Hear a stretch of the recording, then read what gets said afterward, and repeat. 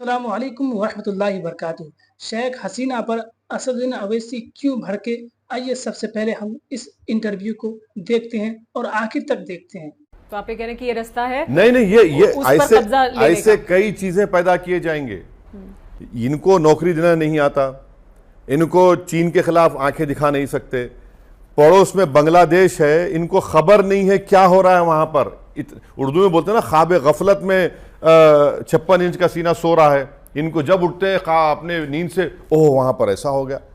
अरे भाई ये देखो, आप माइनॉरिटीज को क्यों तंग करना चाह रहे हैं? क्यों उनसे फंडामेंटल राइट है फ्रीडम ऑफ रिलीजन छीनना चाह रहे हैं उसको आप? बांग्लादेश में जो हालात बने हुए हैं और बांग्लादेश में जिस तरह की अराजकता इस वक्त देखी जा रही है, जिस तरह की सड़कों पर हम प्रदर्शन देख रहे हैं, क्या आपको लगता है कि बांग्लादेश एक हमारा और पड़ोसी देश अस्थिर हो जाएगा, वहां पर अस्थिरता आएगी, इस तरह के हालात होंगे जैसे अफगानिस्तान में हम वहां पर भी देखेंगे इस तरह के हालात? ये पूरी जिम्मेदारी नरेंद्र मोदी की है। नरेंद्र मोदी डिप्लोमेसी को पर्सनल लेवल पर करते हैं, लीडर टू लीडर। डिप्लोमेसी होती है देश के दरमियान, दो देश के दरमियान। नरेंद्र मोदी लीडर करते हैं। आप देखिए मालदीव्स में, हमको नहीं मालूम चेंज हो गया, 56 इंच का सीना, हमारी फौज वहां से वापस आ गई।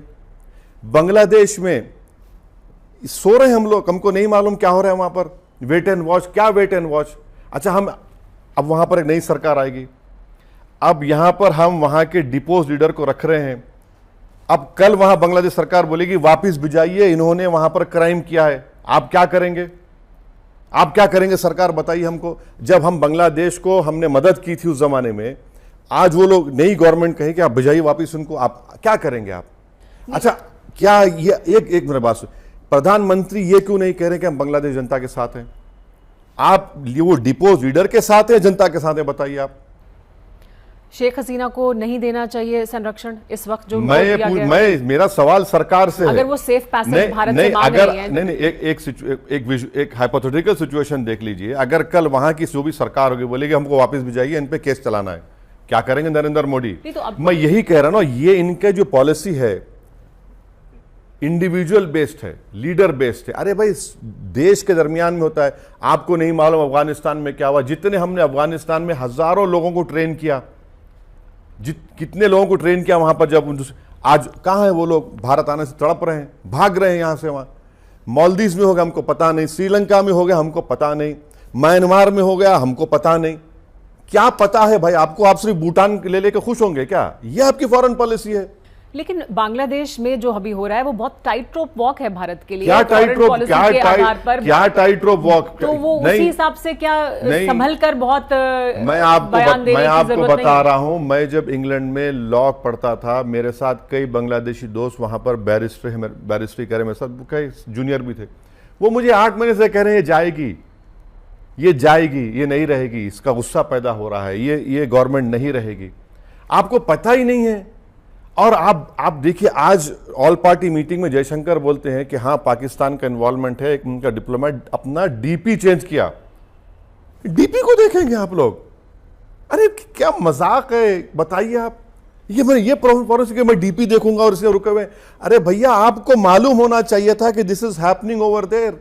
अच्छा, और एक चीज, वो उसमें बोलते हैं कि चीन और यूएस ने मिलकर किया। ये कब से हुआ कि चीन और यूएस मिल गए? एक मजाक बना के रखा है हमारी फॉरेन पॉलिसी का।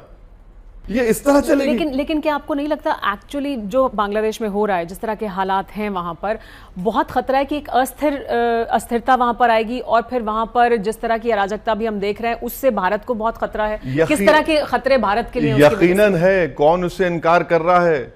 मगर हमारे देश के प्रधानमंत्री जो मुस्कुराते हुए थकते नहीं है किसी फॉरेन लीडर से मिलते हुए, वो उनकी गलती है। वो अपनी डिप्लोमेटिक पॉलिसी को इंडिविजुअल बेस करते हैं। लीडर चला गया, हमको परेशान नहीं। मालदीव में हमने जो पहले लीडर थे, बड़ा उनका साथ दिया, वो गए, हम परेशान हैं। तो लेकिन अफगानिस्तान में हमको पता नहीं चला, अमेरिकन छोड़ के भाग गए। जिन लोगों को हमने, शेख हसीना तो भी हैं भारत में, तो उनको नहीं देना चाहिए हमें संरक्षण? मेरा एक ही सवाल इस सरकार से है, अगर कल वहां की नई सरकार नरेंद्र मोदी की से कहेगी कि उनको वापस करिए, आप क्या करेंगे? अब तक हमको यह कहना चाहिए था कि जो तब्दीली आई है हम उस जनता के साथ हैं। लीडर आएंगे जाएंगे, मगर हमारे बांग्लादेश ताल्लुकात तो अच्छे रहना बहुत ज़रूरी है।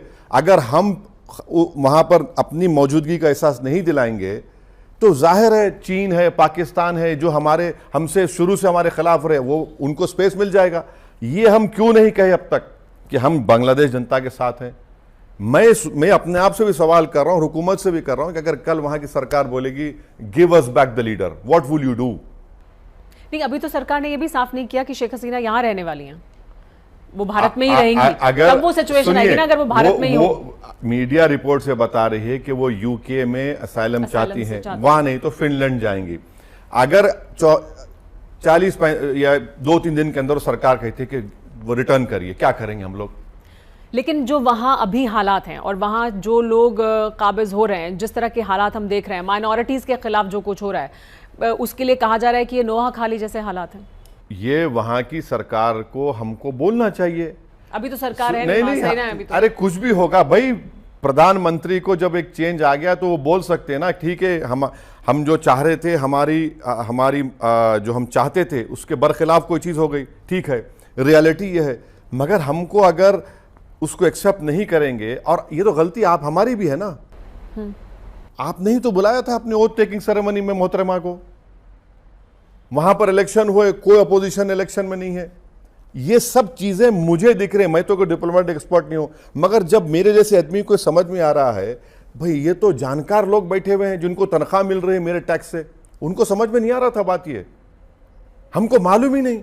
वेट एंड वॉच, अभी भी वेट एंड वॉच, अभी वेट एंड वॉच होगा, क्या पॉलिसी है भाई? कोई लगता है कि माइनॉरिटीज पे जो हिंदुओं पर वहां पर अत्याचार हो रहा है उसको लेकर सरकार को बोलना चाहिए, बोलना चाहिए। और अभी तक कुछ नहीं कहा गया। पब्लिकली बोलिए, बिल्कुल बोलना चाहिए, बिल्कुल बोलिए, क्यों नहीं बोलते आप?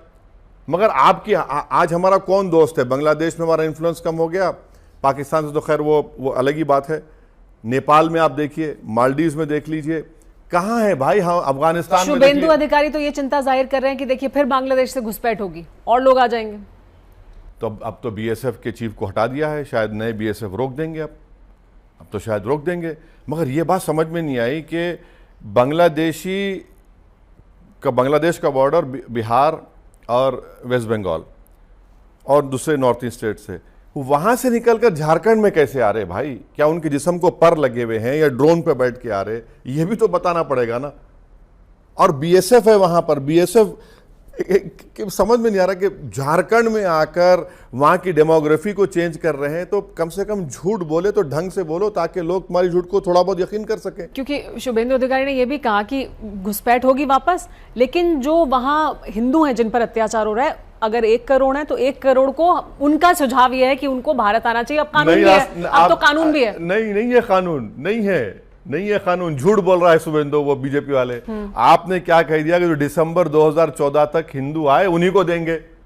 अब कहां देंगे आप ही ने तो कानून बनाया ना, CAA का आपने जो मजहब की बुनियाद पर कानून बनाकर ये सब तमाशा कर दिया। अच्छा ये बताइए, जितने भारत के चाहने वाले बांग्लादेश में नहीं है, क्या मुसलमान नहीं है? अब ज्यादा नहीं बोल सकता मैं, उनको क्या करेंगे? अब छोड़ देंगे उनके हवाले, जो बरसों से हमारे उनके ताल्लुकात हैं, बड़े गहरे ताल्लुकात हैं, उनको छोड़ देंगे आप बताइए। वही हम कहाँ अफगानिस्तान में हमने किया, एक को आने नहीं दिया आपने, जो भारत के लिए बड़ा इंपॉर्टेंट स्ट्रेटेजिक काम करते थे, आपने सबको छोड़ दिया अफगानिस्तान में। यही तो कह रहा हूं, Narendra Modi personalise foreign policy करते हैं, देश की पॉलिसी नहीं करते हैं। आज कैसा बोलते हैं फॉरेन मिनिस्टर कि पाकिस्तान का एक डिप्लोमेट डीपी चेंज कर रहा है, आप डीपी को देखते हैं, वेरी गुड, इससे होगा फॉरेन पॉलिसी। क्योंकि बांग्लादेशी घुसपैठ की फिर चिंता बढ़ रही है, तो उधर लव जिहाद और लैंड जिहाद की बात कर रहे हैं हेमंत बिस्वा शर्मा। वो कह रहे हैं कि कैसे डेमोग्राफी पूरी बदल जाएगी, 2041 तक तो यहाँ पर माइनॉरिटी में आ जाएगी जो हिंदू पॉपुलेशन है, और इस वजह से जरूरत है इस तरह के कानूनों की। आपको लगता है जरूरत है? बिस्वा शर्मा झूठ बोलते हैं, आखिरी झूठ बोलते हैं, माने ऐसा झूठ बोलते हैं कि लगता है कि गोबल जिंदा होता है वो भी शर्मा जाता है उनकी झूठ से। भाई जब पॉपुलेशन आसाम का आप जो बोलते हैं, जब ना अरुणाचल बना था, ना सिक्किम बना था, ना जितने नॉर्थ ईस्ट स्टेट्स नहीं बने थे, आप परेशान हैं भाई, पॉपुलेशन है। अच्छा अगर मुसलमानों का पॉपुलेशन 37-38% होता है, डर क्यों रहे हैं आप? ये डर क्यों? मैं भारत का नागरिक हूं ना, मुझे इस देश से मोहब्बत थी है, रहेगी, आपको डरने की क्या जरूरत? आप शक क्यों कर रहे हैं मुझ पर? आप तो मुख्यमंत्री हैं, अच्छा, जब चुनाव हो रहा था तो मुस्लिम इलाकों में जाकर मुसलमान जिंदाबाद नारे लगा रहे थे, नाच रहे थे, गाना गा रहे थे, क्या क्या बोल रहे थे, क्या क्या ख्वाब दिखा रहे थे। अब चुनाव हो गया तो आगे अपने असलियत पे। क्या नुकसान क्या है बताइए? पॉपुलेशन अगर 37% है आसाम में,